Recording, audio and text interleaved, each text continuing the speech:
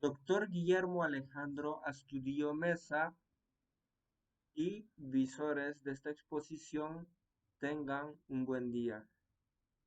Quien les habla, soy el estudiante Reinhard Augusto Aica Aguilar con código universitario U2018-1E564 del curso Ley Penal y Teoría del Derecho en la sección DE50 que vendría a ser de la Facultad de Derecho de la UPC. Bueno, me toca presentar las preguntas del caso correspondiente al parcial. La primera pregunta. ¿Considera usted que debió tramitarse el proceso de acusación constitucional contra el congresista y ministro involucrado en los hechos o no cabría hacerlo dada la flagrancia delictiva? En mi respuesta, considero que no es recurrente tramitar un proceso de acusación constitucional contra el congresista y el ministro, puesto que este mecanismo de control político son acusadas solamente por infracciones constitucionales y actos ilícitos en contra de la función pública. Según estas funciones, en formalidad del proceso, las acusaciones constitucionales solamente pueden ser presentadas por el fiscal de la nación, parlamentarios o también cualquier otro funcionario público que se considere agraviado. Por lo tanto, en los hechos descritos en el caso, no corresponde, ¿no?, realizar por el tipo de flagrancia delictiva que se realizó. Segunda pregunta. ¿Podría el Perú solicitar a Bolivia la extradición del congresista y ministro? De ser posible, ¿qué requisitos tendrían que verificarse para que el Perú pudiese solicitar dicha extradición? De no ser posible, ¿qué principios podríamos aplicar como Estado peruano para su juzgamiento? En mi respuesta, sí es posible solicitar el mecanismo de extradición del congresista y ministro. Por parte remitente, que vendría a ser Perú, y la parte remitida Bolivia, en la cual voy a explicar que este mecanismo es de cooperación judicial internacional que permite que mediante esta solicitud formal que se entregue a los procesados del delito principalmente, asimismo nos permite juzgar, ¿no?, y ejecutar la pena impuesta por nuestro país. Los requisitos para realizar la solicitud de extradición es verificar si nuestro país se rige por tratados internacionales con el país solicitante. La norma aplicada dentro de nuestro ordenamiento dispone que en el artículo 508 del Código Procesal Penal, contemplado en el Decreto Legislativo número 957, modificado por el Decreto Legislativo 1281. Ahí vamos a poder encontrar eh, que los tratados internacionales son uno de los requisitos, ¿no?, para hacer la solicitud de extradición. Y en caso que no sea posible que, que se efectúe por el anterior principio, vamos a inducir estos principios aplicables para que el Estado peruano pueda hacer juzgamiento a los imputados. El principio de legalidad.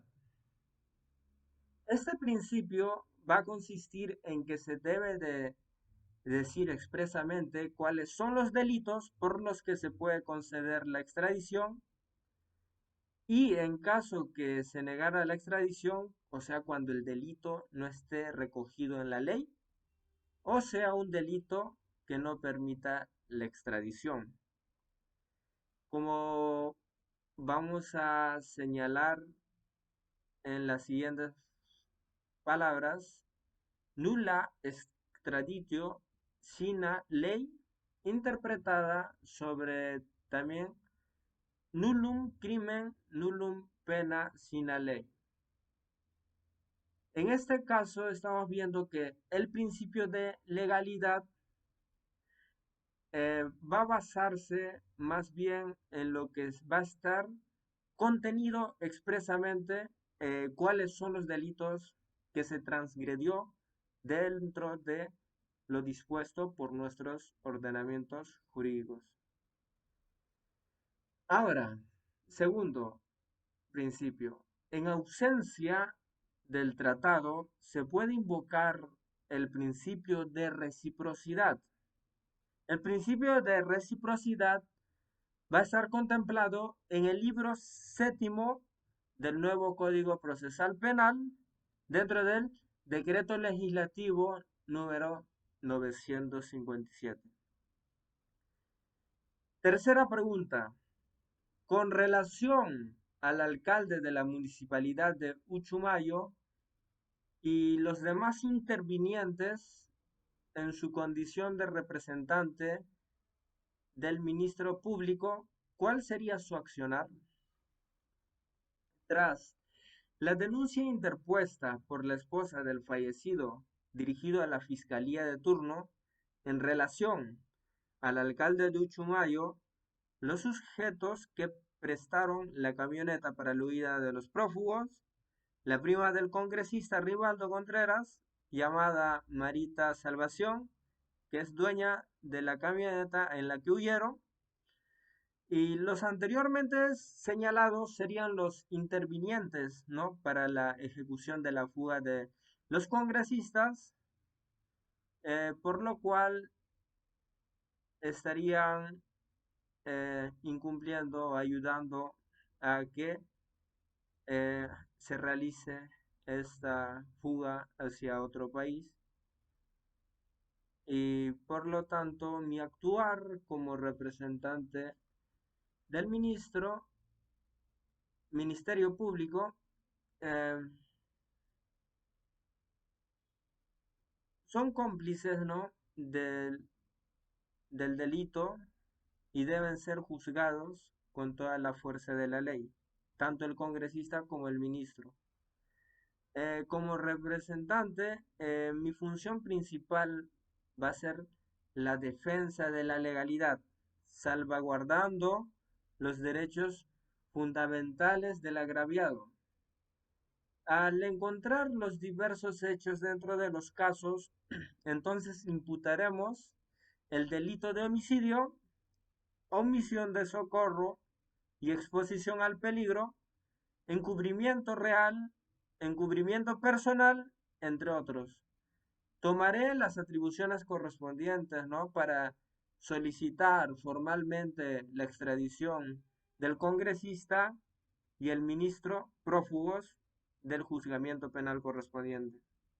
Y a la intervención de los terceros intervinientes dentro del delito, que también serán juzgados de acuerdo a lo dispuesto en nuestro Código Penal peruano. Cuarta pregunta y última. En atención a la reciente modificación del artículo 93 de la Constitución Política, ¿sería procedimiento a seguir en contra de los congresistas involucrados en los hechos? Se contemplaría el tema de flagrancia.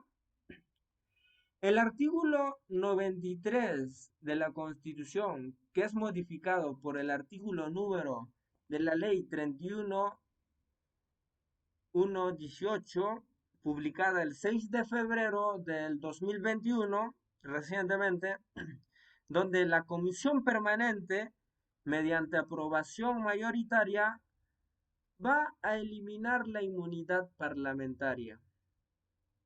Por lo tanto, el procedimiento, de acuerdo de las últimas modificaciones del artículo 93 de la Constitución Política del Perú, según los hechos descritos en el caso, el congresista, en ejercicio de su mandato, con proceso de delito penal. Por lo tanto, es de competencia de la Corte Suprema de la Justicia asumir el procedimiento de juzgamiento.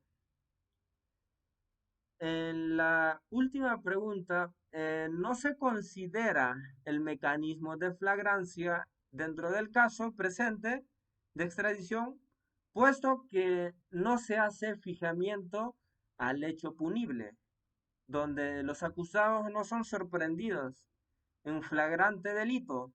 Al momento de presenciarse los hechos, el congresista y ministro de Cultura se declaran prófugos escapando de la jurisdicción en alcance de potestad dentro del territorio peruano.